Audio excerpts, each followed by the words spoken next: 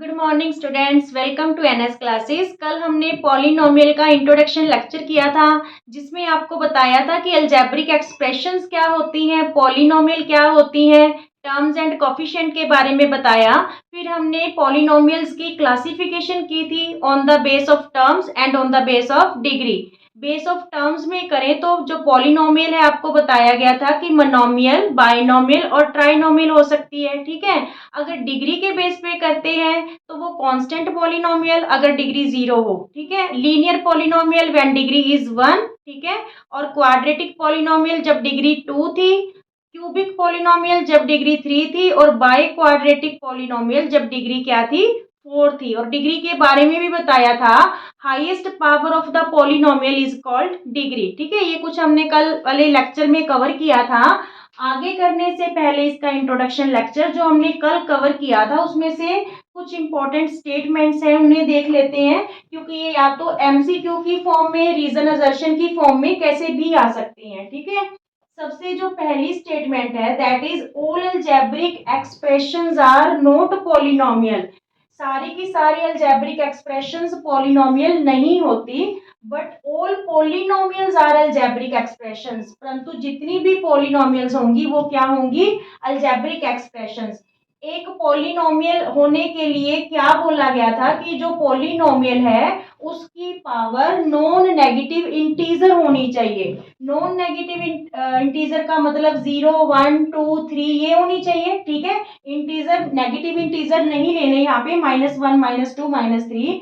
या फिर अब हम लोग ऐसे भी कह सकते हैं कि एक अलजेब्रिक एक्सप्रेशन को पॉलिनोमियल बनने के लिए जो उसकी पावर है वो क्या होनी चाहिए, एक होल नंबर होना चाहिए। पॉलिनोमियल की पावर क्या होनी चाहिए, होल नंबर होनी चाहिए, तभी वो पॉलिनोमियल बन पाएगी।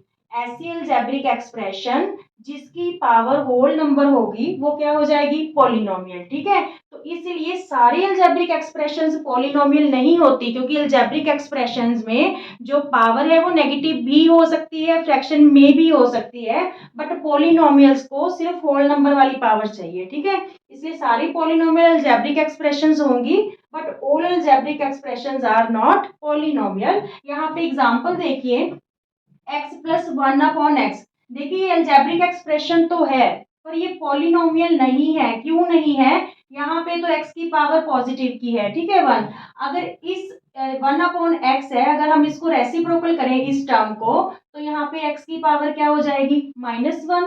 क्योंकि हमने लॉज ऑफ एक्सपोनेंट में किया था 1/x, x की पावर क्या होती है, -1। बेस को अगर हम रेसिप्रोकल कर देते हैं तो पावर माइनस में होती है। ठीक है।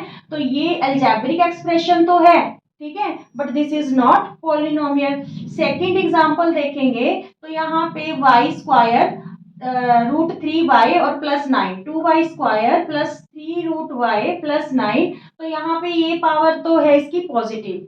पर अगर यहाँ पे देखें तो ये √y है, तो √y का मतलब y की जो पावर है वो क्या होगी, 1/2।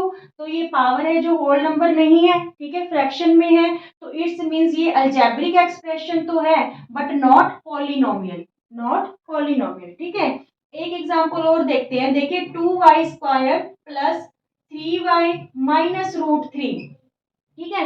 अब ये एग्जांपल क्यों ली, देखिए ये अलजेब्रिक एक्सप्रेशन भी है और पॉलिनोमियल भी है, क्योंकि हमने वेरिएबल की पावर देखनी है। यहाँ पे 2 पॉजिटिव है, यहाँ पे 1 भी पॉजिटिव है। कांस्टेंट नहीं देखना हमने, चाहे रूट में हो चाहे डिवाइड में हो। ठीक है। नाउ थर्ड जो है हमारे पास statement, that is linear polynomial can be monomial और बाइनोमियल। कि जो लीनियर पॉलिनोमियल है वो मोनोमियल और बाइनोमियल हो सकती है। मोनोमियल का क्या था, जहां पे 1 टर्म होती है, ओनली 1 टर्म। ठीक है। और बाइनोमियल क्या था, जो 2 टर्म्स वाली पॉलिनोमियल होती है उसे बाइनोमियल बोलते हैं। तो जो लीनियर पॉलिनोमियल है, लीनियर पॉलिनोमियल्स मीन डिग्री क्या होगी, 1। तो यहाँ पे एग्जांपल देखिए, लीनियर पॉलिनोमियल देखिए 5 है, 7 है। तो ये लीनियर यहाँ पे जो पावर है हमें 1 दिखानी है। 5x 7y। ठीक है। तो ये यहाँ पे हमने एक ही टर्म ली, यहाँ पे भी एक ही टर्म ली, तो ये तो मोनोमियल की एग्जांपल होगी। बाइनोमियल में 3x + 2, तो यहाँ पे 2 टर्म्स होगी। ठीक है। और पावर क्या है इसकी, 1 है। ठीक है। तो लीनियर पॉलिनोमियल में जो लीनियर पॉलिनोमियल है, लीनियर पॉलिनोमियल्स मीन जिसकी डिग्री 1 है, तो वो मोनोमियल भी हो सकती है और बाइनोमियल भी हो सकती है। नेक्स्ट फोर्थ स्टेटमेंट है क्वाड्रेटिक पॉलिनोमियल। क्वाड्रेटिक पॉलिनोमियल क्या क्या कौन सी थी, जिसमें डिग्री क्या थी 2, डिग्री मीन्स हाईएस्ट पावर, ठीक है। Quadratic polynomial can be monomial, binomial और ट्राइनोमियल। तो यहाँ पे देखिए 2x², ठीक है, तो यहाँ पे ये ओनली वन टर्म है, यहाँ पे 3z², ये भी ओनली वन टर्म है, तो यहाँ पे स्क्वायर जो है इसकी पावर है, डिग्री 2 है इसकी, तो ये quadratic polynomial. Quadratic polynomial monomial की एग्जांपल आ गई। अब देखिए बाइनोमियल की 2x² + 5, तो यहाँ पे डिग्री 2 है, इट्स मीन्स ये क्वाड्रेटिक पॉलिनोमियल और टर्म्स कितनी है 2, तो इट्स मीन्स ये बाइनोमियल भी है। नाउ क्वाड्रेटिक पॉलिनोमियल वो कहते हैं ट्राइनोमियल भी हो सकती है, -3z² + 5z - 9, ठीक है, तो यहाँ पे कितनी टर्म्स है 3 टर्म्स है और डिग्री क्या है 2 है, तो ये क्वाड्रेटिक पॉलिनोमियल है विद 3 टर्म्स मीनिंग ट्राइनोमियल। तो इट्स मीन्स जो क्वाड्रेटिक पॉलिनोमियल है can be monomial, binomial means 2 terms and trinomial, या फिर क्या हो सकती है ट्राइनोमियल। फिफ्थ स्टेटमेंट है the degree of zero polynomial is not defined. ये मैंने आपको करवाया था, जीरो पॉलिनोमियल कौन सी होती है, जिसमें सिर्फ वन टर्म होती है, वो वन टर्म होती कौन सी है जीरो, तो जीरो की जो डिग्री है वो डिफाइंड नहीं है, ठीक है। The degree of zero polynomial is not defined, okay. अब हम आगे का है जो कंटिन्यू करते हैं लेक्चर। स्टूडेंट्स अब देखते हैं कि वैल्यू ऑफ द पॉलिनोमियल क्या होता है। The value of polynomial f(x) at x equal to a is obtained by substituting x equal to a in the given polynomial and is denoted by a। यहाँ पे definition से ज्यादा आपको अच्छा कहाँ पे समझ आएगा जब हम इसको करके देखेंगे। क्या चीज है वैल्यू ऑफ द पॉलिनोमियल, यहाँ पे आपको एक पॉलिनोमियल गिवन होगी और यहाँ पे उसमें जो भी वेरिएबल यूज हो रखा होगा, ठीक है, जो भी लेटर यूज होगा उसकी क्या दे रखी होगी वैल्यू, ठीक है। यहाँ पे 5x² - 3x + 7 है हमारे पास जो पॉलिनोमियल है, ठीक है, और हमें x की वैल्यू क्या दे रखी है 1 दे रखी है। तो हम क्या करेंगे पॉलिनोमियल में यहाँ पे x की वैल्यू जहां जहां पे x यूज है वहां वहां पे x की वैल्यू 1 सब्स्टिट्यूट कर देंगे, ठीक है, और फिर देखेंगे कि उसकी क्या वैल्यू आती है। ये पॉलिनोमियल को शो करने का एक वे है, पॉलिनोमियल विद वेरिएबल x। तो यहाँ पे 5x की वैल्यू हमने क्या पुट करनी है यहाँ पे 1, ठीक है, 5 × 1 का स्क्वायर -3x की जगह हम क्या पुट करें 1 और +7। तो यहाँ पे 1 को 2 टाइम्स मल्टीप्लाई करेंगे 1 1 5 जा 5 और यहाँ पे -3 और ये +7। तो यहाँ पे ये दोनों टर्म्स प्लस की हैं, 5 + 7 12 हो गया -3, ठीक है, तो 9 वैल्यू आ गई इस पॉलिनोमियल की एट x = 1, जब हमने x की वैल्यू क्या रखी यहाँ पे 1 रखी। अब डेफिनेशन दोबारा से रीड करते हैं। The value of polynomial f(x), ठीक है, at x = a means x की कोई भी वैल्यू होगी, तो डेफिनेशन में बोला है x = a इज ऑब्टेन्ड। कैसे वैल्यू ऑफ पॉलिनोमियल ऑब्टेन करेंगे, bye substituting x = a in the given polynomial, की जो वैल्यू दे रखी है हमें वो गिवन पॉलिनोमियल में सब्स्टिट्यूट करके, ठीक है, एंड इज डिनोटेड बाय ए, और इसको किससे डिनोट करेंगे ए से डिनोट करेंगे, क्लियर। अब एक एग्जांपल और देख लीजिए, q with variable y = 3y² - 4y + √11, और हमें y की वैल्यू यहाँ पे क्या रखनी है 2, ठीक है, 2 वैल्यू सब्स्टिट्यूट करनी है, तो यहाँ पे y की जगह हम 2 रख लेते हैं। यहाँ पे देखिए आप 3 × y² है मीन्स 2 का स्क्वायर हो जाएगा, -4 × y की वैल्यू 2 है, ठीक है, y की वैल्यू हमें क्या सब्स्टिट्यूट करनी है 2 करनी है, +√11। अब यहाँ पे ये 2 को 2 टाइम्स मल्टीप्लाई करेंगे, 2 2 जा 4 4 3 जा 12, ठीक है, और यहाँ पे 4 2 जा 8 माइनस का प्लस का √11, तो 12 में से 8 माइनस करेंगे 4 + √11, ये इस पॉलिनोमियल की क्या आ गई वैल्यू आ गई एट y2, ठीक है। जब y की वैल्यू 2 पुट करी इस पॉलिनोमियल में, तो इस पॉलिनोमियल की वैल्यू हमारे पास क्या आई 4 + √11, क्लियर। नेक्स्ट टॉपिक है zero of the polynomial. Definition से आपको इतना समझ नहीं आएगा जितना आप उस क्वेश्चन को करके देखोगे। अभी अभी हमने वैल्यू ऑफ पॉलिनोमियल किया, जो इससे पिछले वाला टॉपिक था। तो वैल्यू ऑफ पॉलिनोमियल में जो वैल्यू दी होती थी, जब वो हम उस पॉलिनोमियल में फिल करते थे उस वेरिएबल में, तो वहां पे कुछ ना कुछ वैल्यू आ रही थी पॉलिनोमियल की, ठीक है। अगर ये वैल्यू इस पॉलिनोमियल में फिल करने से इसकी वैल्यू जीरो आ जाएगी, तो ये वैल्यू क्या कहलाएगी, जीरो ऑफ द पॉलिनोमियल कहलाएगी, ठीक है। अब डेफिनेशन देखिए, let P x be a polynomial, एक कोई भी पॉलिनोमियल ले लीजिए जो वन वेरिएबल में हो, ठीक है। And be a real number, और ए क्या होगा, एक रियल नंबर। यहाँ पे इन्होंने स्पेशल कंडीशन रखी है कि वन वेरिएबल में हो।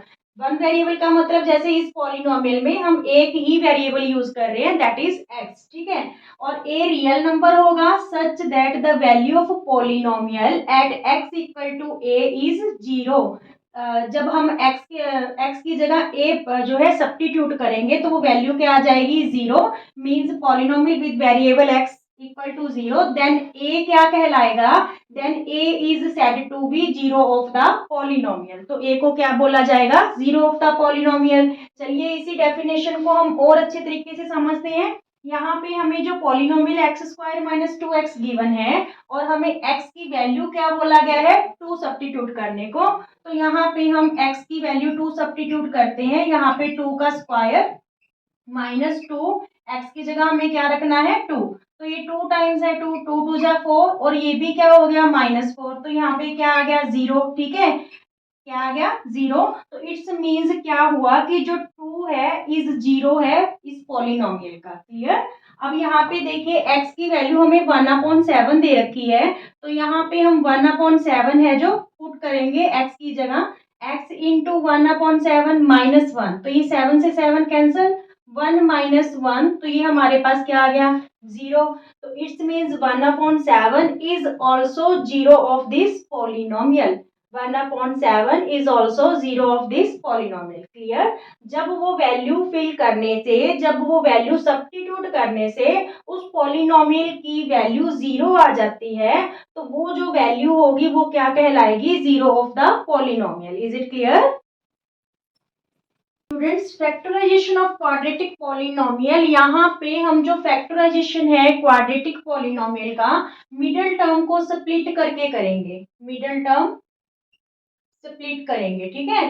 तो वो कैसे होगी, देखिए ये हमारे पास क्वाड्रेटिक इक्वेशन है। क्वाड्रेटिक इक्वेशंस का मीन डिग्री क्या होनी चाहिए, टू होनी चाहिए, ठीक है, मीन्स हाईएस्ट पावर। तो यहाँ पे जो हमारे पास फर्स्ट एग्जांपल है 6x² प्लस 17x प्लस 5, तो इसके हम फैक्टर्स कैसे बनाएंगे, हमने क्या करना है, मिडिल टर्म को स्प्लिट करना है टू टर्म्स में, ठीक है। मान लीजिए हम a और b टू टर्म्स में इसको स्प्लिट करने जा रहे हैं, और कंडीशन क्या होगी, किस तरह से इन दोनों टर्म्स में इसको स्प्लिट करना है 17x को, कि अगर उन दोनों टर्म्स को हम ऐड करेंगे, ठीक है, तो वो किसके इक्वल आनी चाहिए, मिडिल टर्म के, ठीक है। अगर दोनों टर्म्स को ऐड करते हैं तो वो किसके इक्वल होनी चाहिए, मिडिल टर्म के। अगर दोनों को मल्टीप्लाई करते हैं, जो दो टर्म्स हमने स्प्लिट की हैं, अगर उन दोनों टर्म की हम मल्टीप्लाई करते हैं तो वो मल्टीप्लाई किसके इक्वल होनी चाहिए, फर्स्ट और थर्ड टर्म की प्रोडक्ट के इक्वल, ठीक है। First term into third term, ठीक है, फर्स्ट और थर्ड टर्म की प्रोडक्ट के इक्वल होनी चाहिए अगर हम उन दोनों टर्म्स की वो करते हैं मल्टीप्लाई, ठीक है। अब हमने क्या करना है, फर्स्ट और थर्ड टर्म की मल्टीप्लाई देखो क्या है, 6 5 जा 30, तो हमने क्या करना है, यहाँ पे 30 के फैक्टर बना लेने हैं, प्राइम फैक्टर। 2 15 जा 30, 3 5 जा 15 और 5 1 जा 5, तो हमारे पास फैक्टर क्या बने, 2 इंटू 3 इंटू 5। अब इन फैक्टर्स को हम इस हिसाब से एडजस्ट करेंगे कि ऐड करने पे हमारे पास क्या बने, 17। देखिए 3 5 जा 15 और यहाँ पे +2, तो ये क्या बन रहा है, 17 बन रहा है, और मल्टीप्लाई करोगे 15 इंटू 2 तो ये 30 बनेगा, ठीक है। यहाँ पे देखिए अब 6x² 17x को मैं क्या लिख सकती हूँ, 3x प्लस 15x, 3x और sorry 2x plus 15x, 2x plus 15x, ठीक है। 2x प्लस 15x जब प्लस कर रहे हैं तो वो क्या बन रहा है, 17x, मीन्स मिडिल टर्म ही बन रही है, ठीक है। और जब इन दोनों टर्म्स को मल्टीप्लाई करेंगे, 15 2 जा 30, एक्स स्क्वायर बन जाएगा, क्योंकि यहाँ पे भी एक्स है यहाँ पे भी, तो वो फर्स्ट और थर्ड टर्म की मल्टीप्लाई के इक्वल बन रहे हैं। अब हमने क्या करना है, फर्स्ट टू टर्म्स की ग्रुपिंग कर लेनी है और लास्ट टू टर्म्स की, ठीक है। फर्स्ट टू टर्म्स में हम देखेंगे जो कॉमन है उसे ले लेंगे बाहर, तो यहाँ पे देखिए इन दोनों टर्म्स के पास 2x कॉमन है, ठीक है, 2 और x, तो इट्स मीन्स 2x ले लें यहाँ पे 2x 6x स्क्वायर को जब 2x से डिवाइड करेंगे तो 2 3 जा 6, एक्स स्क्वायर में से एक एक्स हमने ले लिया बाहर, तो यहाँ पे क्या रहा, एक एक्स यानी 3x रह गया, प्लस 2x का 2x हमने कॉमन ले लिया, तो यहाँ पे क्या रह जाएगा 1, ठीक है, क्या रह जाएगा 1। अब इन दोनों टर्म्स के पास देखिए x तो सिर्फ इसी के पास है, इसके पास तो नहीं है, ये तो कांस्टेंट टर्म है, तो x तो हम कॉमन नहीं ले सकते, पर ये 5 दोनों का कॉमन फैक्टर है, ठीक है। तो यहाँ पे रह गया 5 3 जा 15 और ये x रह गया, और यहाँ पे 5 बाहर आ रखा है, तो यहाँ पे क्या रह गया 1। आपकी जो ये मिडिल टर्म स्प्लिट जो आपने की है ये आपकी सही है या गलत, आपकी अगर ये वाली चीज ब्रैकेट वाली चीज सेम आ रही है तो इट्स मीन्स सही है, अगर यहाँ पे प्लस माइनस को लेके भी डिफरेंस आ जाता है तो मीन्स आप कहीं गलती करके आए हो, ठीक है, तो चेक करना। अब देखिए यहाँ पे एक प्रोडक्ट ये है, एक प्रोडक्ट ये है, दोनों के पास 3x + 1 कॉमन है, तो वो हमने 3x + 1 ले लिया, यहाँ पे रह गया 2x और यहाँ क्या रह गया +5, तो ये इसके फैक्टर हो गए इस पॉलिनोमियल के, क्वाड्रेटिक पॉलिनोमियल के। क्लियर? और क्लियर करने के लिए हम एक एग्जांपल और देखते हैं, 5y² - 5y + 6, ठीक है। तो हमने क्या करना है, 5y को टू टर्म्स में स्प्लिट करना है कि ऐड करेंगे तो वो -5y आना चाहिए, और उन दोनों को अगर मल्टीप्लाई करेंगे तो दोनों की मल्टीप्लाई कितनी आनी चाहिए, 6y², ठीक है, फर्स्ट और थर्ड टर्म की मल्टीप्लाई के इक्वल। तो हम क्या कर रहे हैं कि जो मल्टीप्लाई वाला फैक्ट है वैल्यू है उसकी हम प्राइम फैक्टर बना लेते हैं, ठीक है। तो ये क्या बना, 3 2 जा 6, इट्स मीन्स हम यहाँ पे क्या करेंगे, माइनस आप बाहर रख लीजिए ब्रैकेट के, तो यहाँ पे 2y + 3y + 6, देखिए 3 और 2 5y भी हो जाएगा ऐड करने पे, और मल्टीप्लाई करेंगे तो 6y² हो जाएगा। अब यहाँ पे माइनस है तो इट्स मीन्स दोनों टर्म्स क्या हो जाएंगी, माइनस की, ठीक है। अब दोनों कंडीशन अच्छी तरह फुलफिल हो रही है, -2y - 3y प्लस किया तो -5y बन रहा है, जब इनको मल्टीप्लाई करेंगे माइनस से माइनस कैंसिल हो जाएगा, 3 2 जा 6y², तो प्लस का 6y² आ जाएगा। क्लियर? अब देखिए ग्रुपिंग कीजिए फर्स्ट टू टर्म्स और लास्ट टू टर्म्स की, तो यहाँ पे y कॉमन लेंगे, रह गया y - 2, ठीक है, क्योंकि y आ चुका है यहाँ पे इन दोनों टर्म्स के पास -3 कॉमन है, तो यहाँ y रह जाएगा, हमने बाहर माइनस लिया है इसलिए ये साइन क्या हो जाएगा, चेंज, ठीक है, माइनस का हो जाएगा, और 6 को जब 3 से डिवाइड करेंगे तो 2, ये देखिए ये जो ब्रैकेट के अंदर वैल्यूज है ये सेम है, इट्स मीन्स हम सही चल रहे हैं, ठीक है। तो यहाँ पे y - 2 कॉमन ले लीजिए इन दोनों में से, और यहाँ रह गया y, और यहाँ क्या रह गया -3, ये आंसर आ गया, फैक्टराइज होगी ये polynomial, quadratic polynomial. Is it clear?